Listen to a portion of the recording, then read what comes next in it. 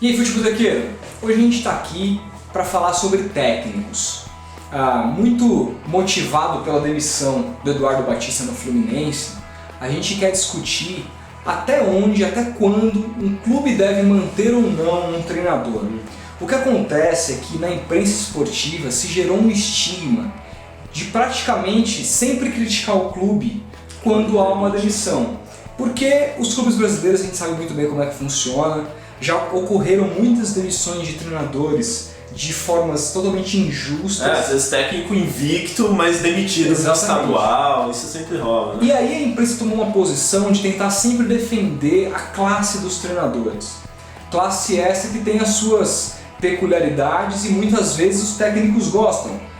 Pensar que o Eduardo Batista ele quis deixar o esporte para ir para o Fluminense. Então não só são os clubes que mandam os técnicos que abandonam trabalhos no meio, mas por uma outra proposta. O Eduardo abandonou um trabalho no meio por livre espontânea vontade. Verdade. Então, com todas essas ponderações, a gente vai tentar passar a ideia de quando a gente acha que um técnico deve sair ou não de um clube, que é um assunto muito complexo e passa por diversas coisas, né, Diego? Verdade, passa pela gestão do técnico no grupo, né? O Tite é um exemplo ótimo de uma influência muito positiva no grupo e nem sempre é muito difícil, na verdade, de saber quando o técnico ele tem todo o respaldo dos jogadores, quando ele exerce uma influência positiva, e muitas vezes quem pode falar isso é o jogador, o dirigente, quem tá no dia a dia. No máximo o repórter setorista sabe, mas às vezes bem rasamente. Às vezes vem uma informação daqui e ali, uma fonte aqui e ali, mas só quem vive o dia a dia. Então muitas vezes eu me lembro de um caso para mim que foi muito na época marcante, foi o Anderson Moreira, que saiu do Santos por uma desavença com um grupo de jogadores. E eu me lembro na época, a gente não tinha o canal aqui, na época eu não tive a oportunidade de opinar sobre isso, de praticamente ser consenso de que o Modesto Roma, aquela oportunidade, teria tomado uma atitude equivocada, olhando fixamente para os resultados que não eram ruins à época no estadual. Só que, como você bem falou, o trabalho do técnico não é só escalar o time, não é só montar um esquema tático, fazer com que o time jogue. Se relacionar também, ele precisa se relacionar, precisa ser um bom chefe, os jogadores precisam correr por ele. Então, e nesse aspecto, mas também, claro, a gente não pode se desapegar dos resultados. São várias coisas casadas e bem casadas. O Anderson é um técnico que nunca se falou mal dele no campo, né, taticamente, mas o problema sempre foi a questão de relacionamento, de liderança, né, não saber exercer essa liderança. Mas também, como eu disse, a gente tem que ficar atento aos resultados do time em campo, que claro, não dá pra, por mais que não seja o preponderante, o que vai, ele precisa ser analisado. Ele é uma peça importante. E também outra peça é o desempenho do time. Muitas vezes o técnico não consegue aqueles resultados esperados, mas você consegue analisar um time, uma evolução capaz de te dizer que mais pra frente esses resultados viriam. O Tite, mais uma vez citando, foi mantido numa situação assim. Passou por uma eliminação traumática pro Tolima, e o André Sanches o bancou e a gente viu depois o que deu.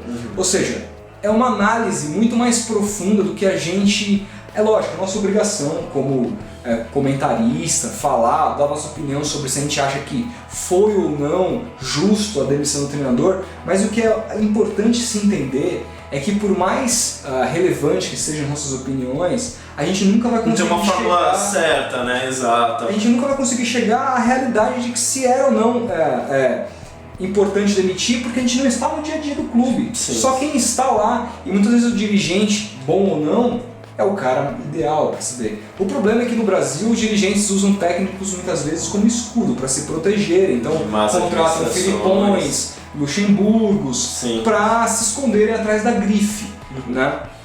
Então, para finalizar o caso do Eduardo, eu acho que o Eduardo ele vinha fazendo um trabalho muito ruim.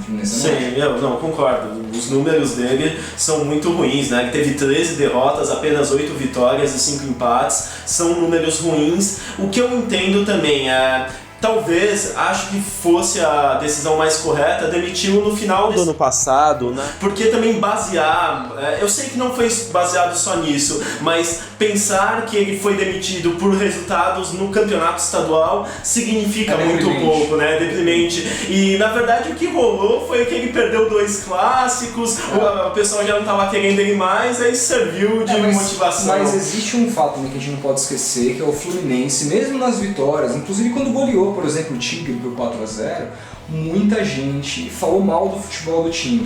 O único grande jogo do Fluminense esse ano, talvez até no comando do Eduardo, o único jogo foi contra o Cruzeiro no Mineirão. Sim. Então é muito pouco.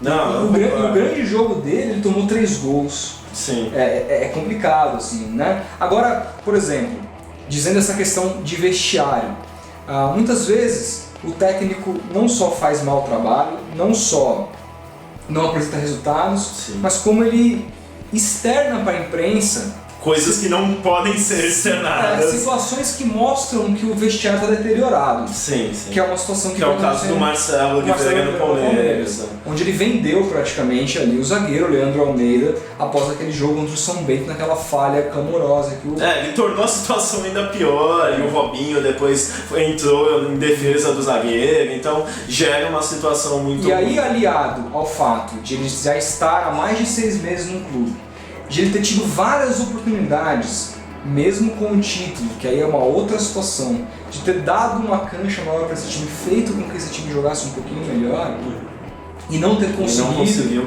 Muito por insistência, teimosia dele, e agora ele tá tentando mudar, mas depois de tanto tempo, depois de tanta pressão da imprensa, depois de tanta pressão da torcida. Então eu vejo que o Marcelo realmente, se eu pudesse trazer o Cuca, um técnico de peso, eu demitiria. Sabe qual que é a diferença do Marcelo pro Eduardo? A diferença do Marcelo é que o Marcelo tem 2 títulos pelo Cruzeiro Brasileiro. É só por isso que ele tá. Ele tem um pouquinho mais de cancha. Qualquer um técnico que tivesse apresentado o nível de futebol que o Palmeiras apresentou no comando... Um cara com o nome do Eduardo Batista seria mandado embora. Então eu também mandaria embora, o Marcelo, é bom se dizer. E também, às vezes, o técnico acaba pecando pelo excesso, né? Como aconteceu na Inglaterra. Né? É verdade, o técnico do Derby County, com ele aconteceu uma situação surreal, é muito engraçado. O Derby County joga a 2ª divisão inglesa e está super bem, está na zona tá conseguindo o acesso para a 1ª divisão, para a Premier League, e o técnico foi demitido porque, segundo o presidente do clube, o planejamento para esse ano não é subir. Então olha que loucura, né? O cara ele tá fazendo um grande trabalho, mas é um trabalho muito bom para o que o time aspira no momento. Você lembra que em 2007 o Derby County fez a pior campanha da história da Premier League. Então um trauma. Então criou um trauma muito grande, imagina, que o presidente que não quer ver o seu time na Premier League antes que ele tenha uma estrutura para permanecer na primeira divisão. Então, só acho que o Palmeiras deveria demitir o Marcelo e contratar o técnico do Derby County, que eu acho que retribuiria muito mais. Mas é isso, Botequeiro, se você gostou, dê um curtir aí, comente o que você acha e a gente se vê no próximo vídeo. Até mais. É isso, abraço!